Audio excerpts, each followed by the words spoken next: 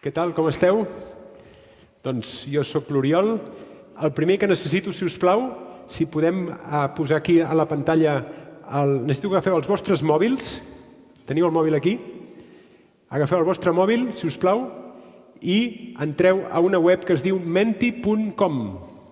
Menti.com, ja la teniu. Farem una participació, vosaltres també participareu en la xerrada que ara faré. Menti.com, us demanarà aquest codi i heu de posar el codi 57243064 o si no també podeu fer servir el codi QR. Si algú no té mòbil, que ho faci amb el del seu costat. Cap problema.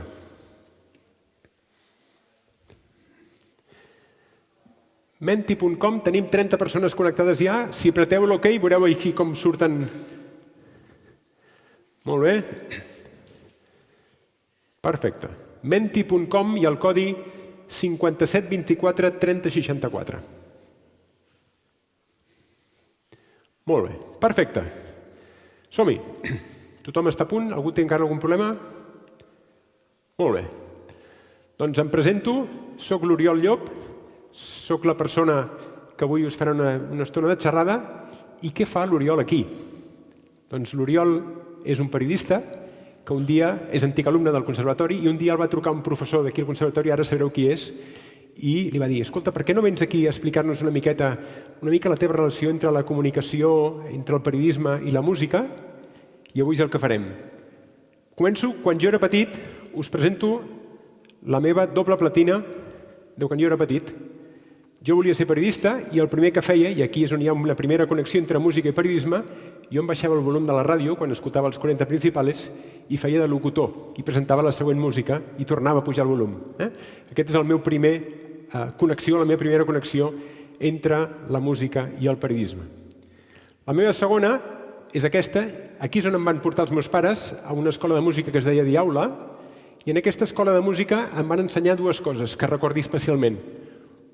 La primera és que una de les coses que més m'agrada és que m'expliquin què és el que el compositor volia comunicar o projectar amb la música que havia composat, de forma que jo m'imagini imatges, situacions, no sé, emocions respecte a la música que estic escoltant, que no només la vegi des d'un punt de vista de si està ben interpretada, sinó que em comunica una història, un relat, una emoció, una idea al darrere. Segona cosa que em van ensenyar. A Diaula feien una cosa que també fan altres escoles, que és una cosa que en diuen la roda d'instruments. Tu anaves allà, anaves a la classe, hi havia diversos músics, cadascú tocava el seu instrument i tu al final podies dir jo vull tocar el violí, jo vull tocar el piano, jo vull tocar, doncs, senyors i senyores, jo vaig dir que jo volia tocar el fagot. Doncs aquí jo vaig arribar a casa, els meus pares amb una cara i uns ulls així, no?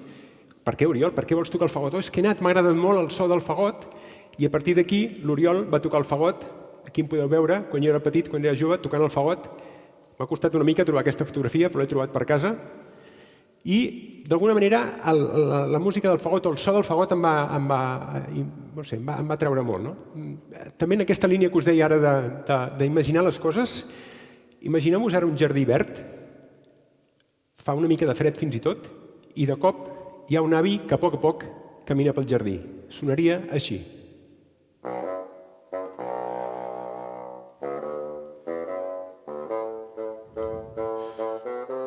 Un avi que camina.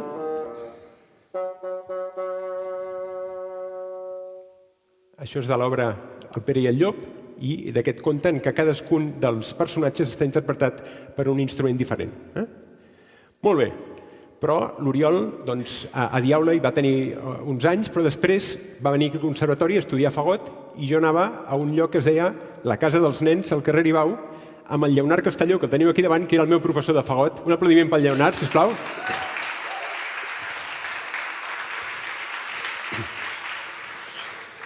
Que passa que jo volia ser periodista i aleshores els meus anys de música van durar uns quants, però el que m'he dedicat en aquests 25 anys és a fer de periodista i especialment el que estic fent en aquest moment és, a veure si em deixa, un podcast, entre altres coses, a RAC1 centrat en el món dels emprenedors.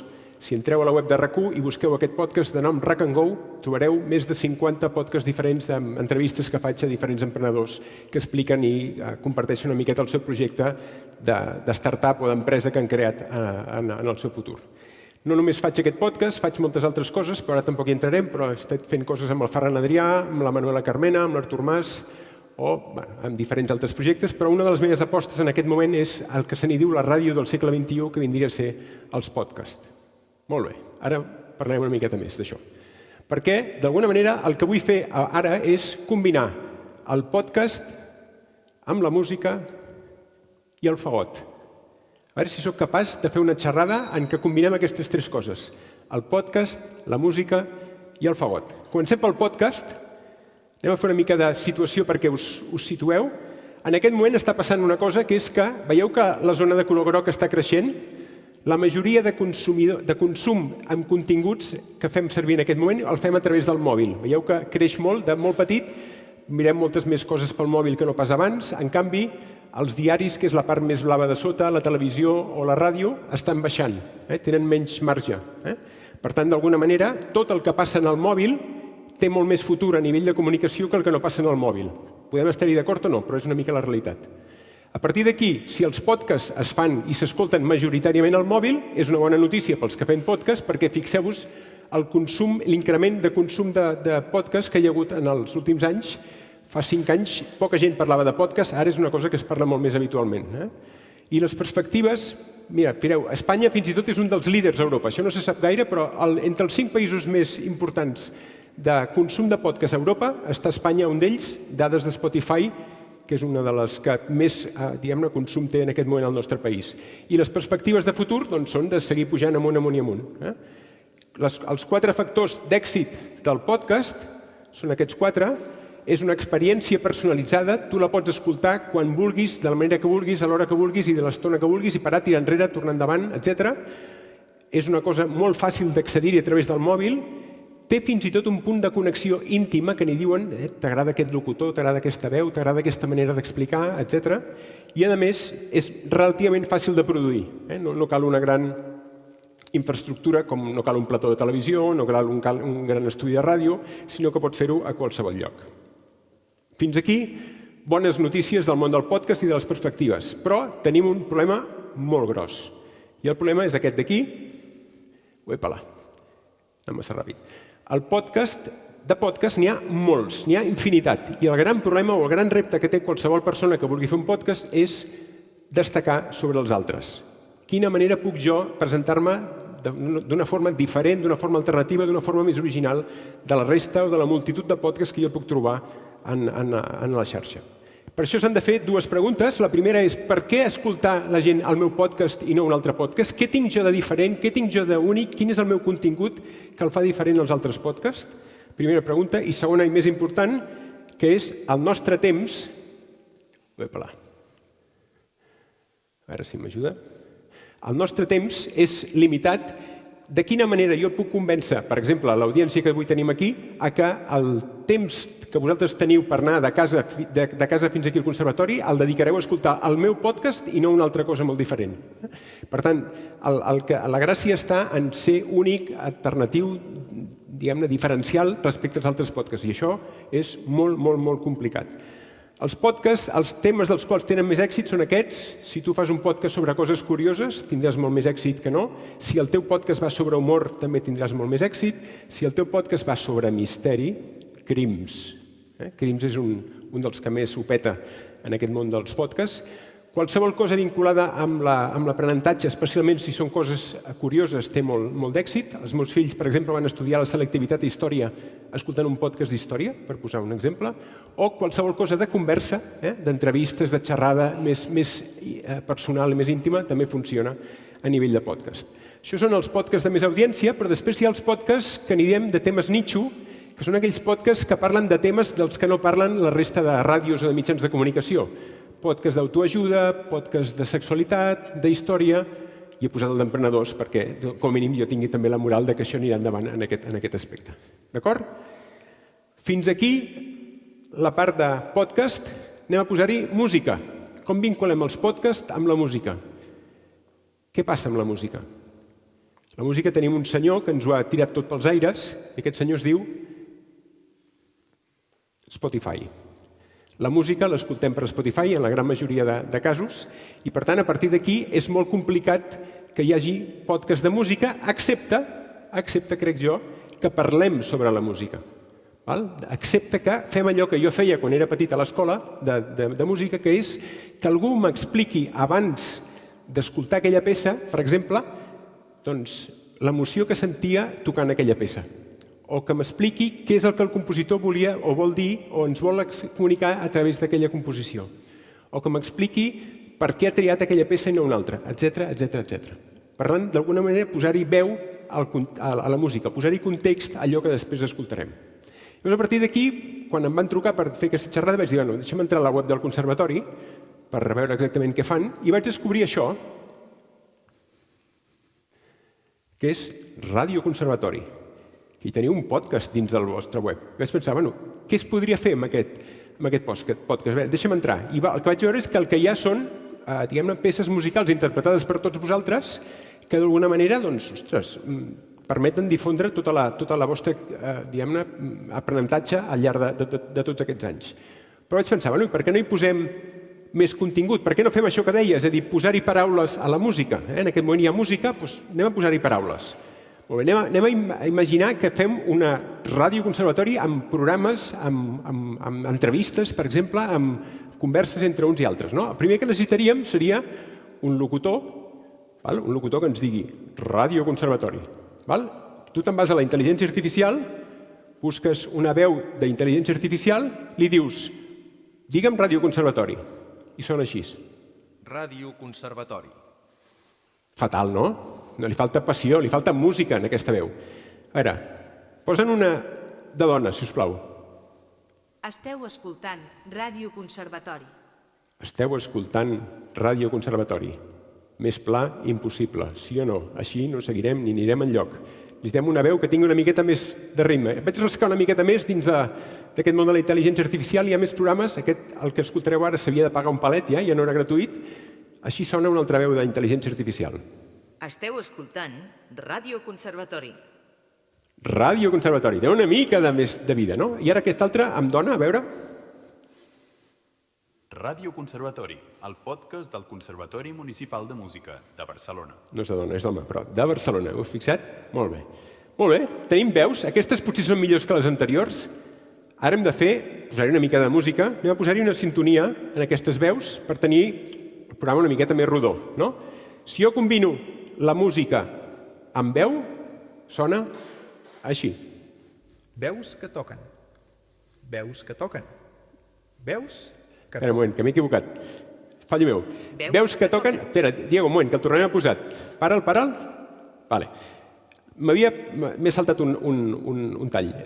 El següent. Mireu, jo havia pensat també que podríem fins i tot arribar a crear un programa que es digués Veus que toquen, en el que us entrevistessin a tots els alumnes del conservatori i en els que poguéssiu explicar prèviament a la interpretació de la peça per què heu triat aquella peça, per què d'alguna manera us atrau aquella música, aquell compositor, etc. Que d'alguna manera posem en paraules les emocions que després podrem transmetre a través de la vostra interpretació. I aquest programa es podria dir Veus que toquen, amb aquesta idea de veus, gent que parla, que toca, però que toca en el cor també, i aquí és on està una miqueta la idea del projecte. Aquí què vaig fer? Vaig buscar diverses veus i les escoltem a veure quina ens agrada més. Les primeres són més planes, les segones tenen una miqueta més de música. A veure, escoltem. Veus que toquen. Veus que toquen. Veus que toquen, aquesta és millor. Veus que toquen. A veure, dona. Veus que toquen. Veus que toquen. Era un home, així. Veus que toquen. Tot això està fet amb intel·ligència artificial. No hi ha cap persona que hagi gravat això. És al·lucinant el que hi ha en aquest món de la intel·ligència artificial. Ara sí, anem a posar-hi sintonies, anem a posar-hi música en aquestes veus. Comencem per un ràdio conservatori a una miqueta de música, una cosa més senzilla. A veure, sonaria així. Esteu escoltant Ràdio Conservatori.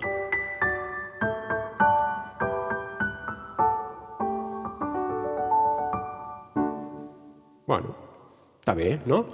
Anem a complicar-ho una miqueta més. Anem a fer música veu, que tingui una miqueta més elaborat. Som-hi.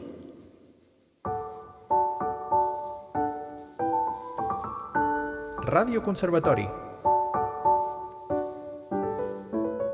el podcast del Conservatori Municipal de Música de Barcelona.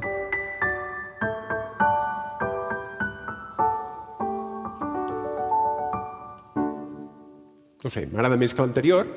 I ara imaginem-nos aquest que us deia, aquest programa que us deia, veus que toquen. Potser hauria de ser una cosa un punt més íntima, un punt més emocional, potser una música, no sé, que ens porti una miqueta que ens toqui més el cor. He provat això, a veure si us agrada. Escoltem-ho. Esteu escoltant Veus que toquen.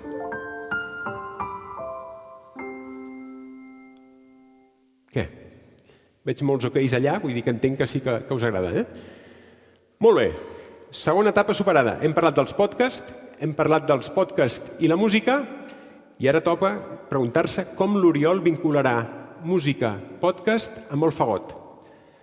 Doncs, senyors i senyores, a veure si em deixa, anem a fer un podcast en directe amb el fagot com a protagonista i en el qual tots vosaltres hi participareu.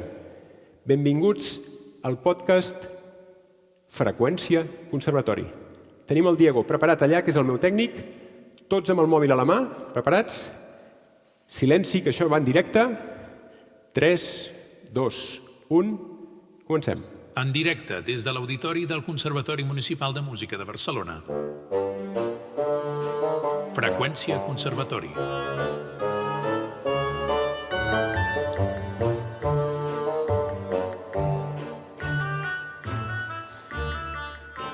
Bona tarda a tots, benvinguts al nou espai de Freqüència Conservatori, aquest nou programa concurs que hem estrenat aquesta temporada. Us parlem en directe des de l'Auditori del Conservatori Municipal de Música de Barcelona i tenim públic aquí davant que us saluda, si us plau, aplaudiu.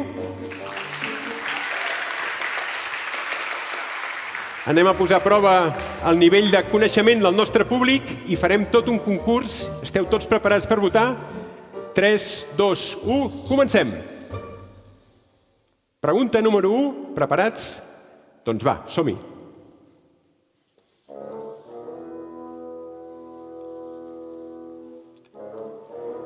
El fagot no és precisament l'instrument més conegut de l'orquestra. Més aviat al contrari, és un dels més desconeguts. Això suposa que aquells intrèpids i valents joves estudiants que un bon dia decideixen tocar el fagot se'ls hi ha de fer un monument. Per tot això, i aquí va la pregunta, quants alumnes del conservatori estan inscrits a classe de fagot? Ja podeu votar? Hi ha algú que ha votat un 2, ja? Hi ha 5 alumnes, n'hi ha 2, n'hi ha 7 o n'hi ha 3? Quants alumnes del conservatori estan inscrits a classe de fagot?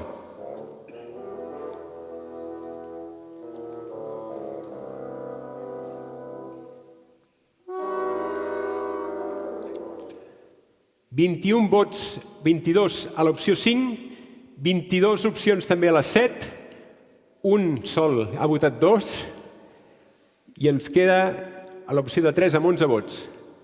La resposta correcta a la primera pregunta és 5 alumnes del conservatori inscrits a classe de fagot. Segona pregunta del podcast d'avui de Freqüència Conservatori. Endavant.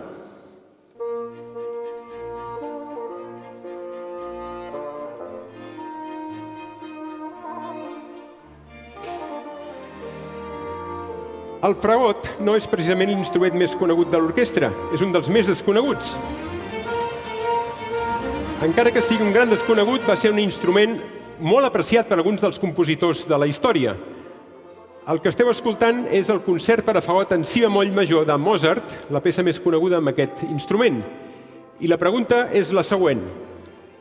Quin és el compositor més prolífic amb obres amb el fagot d'instrument solista?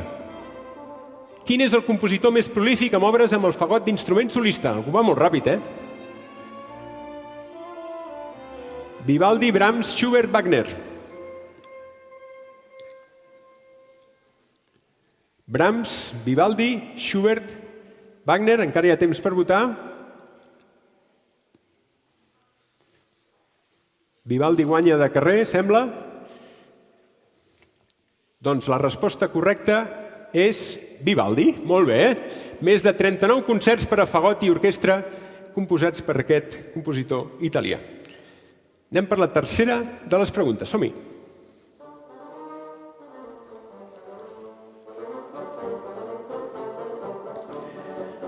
El fagot és un instrument molt versàtil i permet molts registres musicals, des de la Pantera Rosa, passant per Mozart o Vivaldi i fins al que està sonant ara mateix.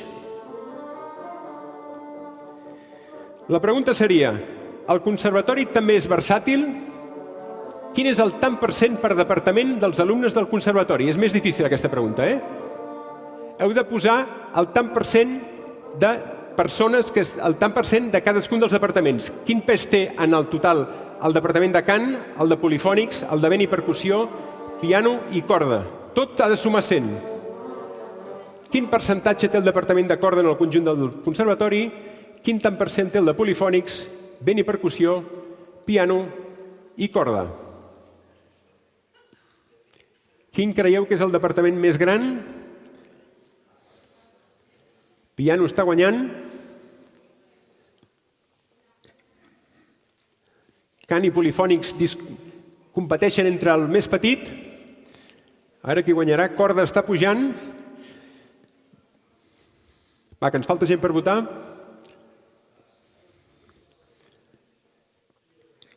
Ha de sumar 100. En aquest moment, piano 32%, corda 28%, 16 vent i percussió, 13 polifònics, 11 cant. Una miqueta més. Tenim? La resposta, aquesta era més difícil, La resposta és cant 5%, polifònics 10%, corda 26%, piano 29% i vent i percussió 30%. O sigui, el departament més gran no és piano, com havíeu votat, sinó que és vent i percussió. Aquesta era difícil, però la que ve ara encara és més difícil. A veure, Diego, posa'm una sintonia, una música així de fagot difícil.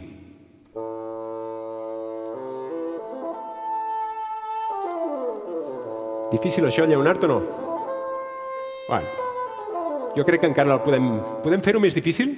Anem a buscar, Diego, una més difícil encara, perquè la pregunta que ve és molt difícil. Més difícil, no? Preparats per la pregunta difícil? Som-hi.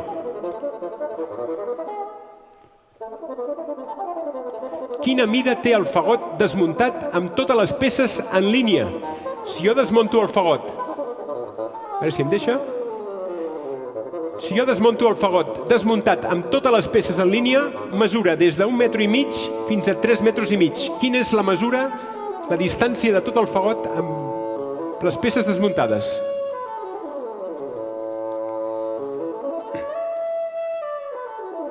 Metro i mig, 2, 2,5, 3, 3,5. A veure... Està guanyant 3 metres. Què us sembla? 3 metres? Doncs la resposta correcta és 2,70. 2 metres, 70 centímetres fa de llargada un fagot en línia amb totes les peces desmuntades. Molt bé, queda una pregunta final. Anem a la pregunta final. La pregunta misteriosa. No hi ha podcast que funcioni millor que els podcasts de misteri. Anem a fer una pregunta misteriosa. Comencem. Són les 3 de la matinada. Estic davant del conservatori. Obro la porta.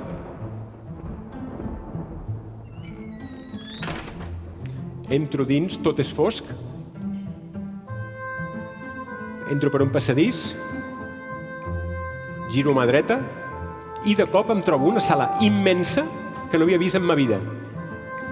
Aquesta és la peixera, que vosaltres coneixeu molt bé. Jo no la coneixia. La pregunta misteriosa diu el següent. Quin nom de compositor no figura al sostre de la peixera de l'edifici del conservatori? Quin nom de compositor no figura? Un d'aquests 6 noms no està escrit a les parets de la peixera en el sostre. Heu de, amb el dit, marcar quin és el d'ells. Clavé, Albéniz, Berlioz, Schubert, Palestrina o Victòria. Un d'aquests compositors no està escrit a la peixera.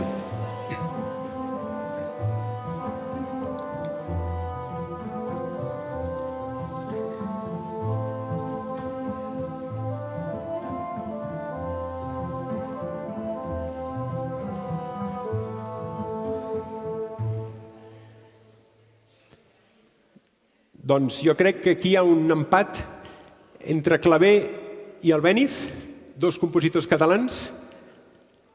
Schubert molt fluix, Berlioz una miqueta, Palestrina també té bastants vots. Voleu saber quin és el compositor que no figura al sostre? Doncs, pels que no hi heu passat,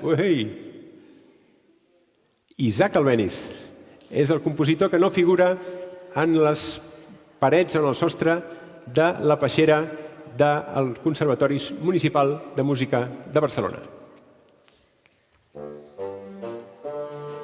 Freqüència Conservatori.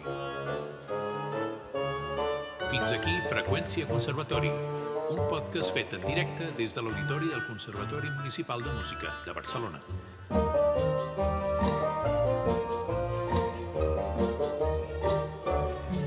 Fins aquí el podcast Freqüència Conservatori. Gràcies a tots els participants per la vostra implicació.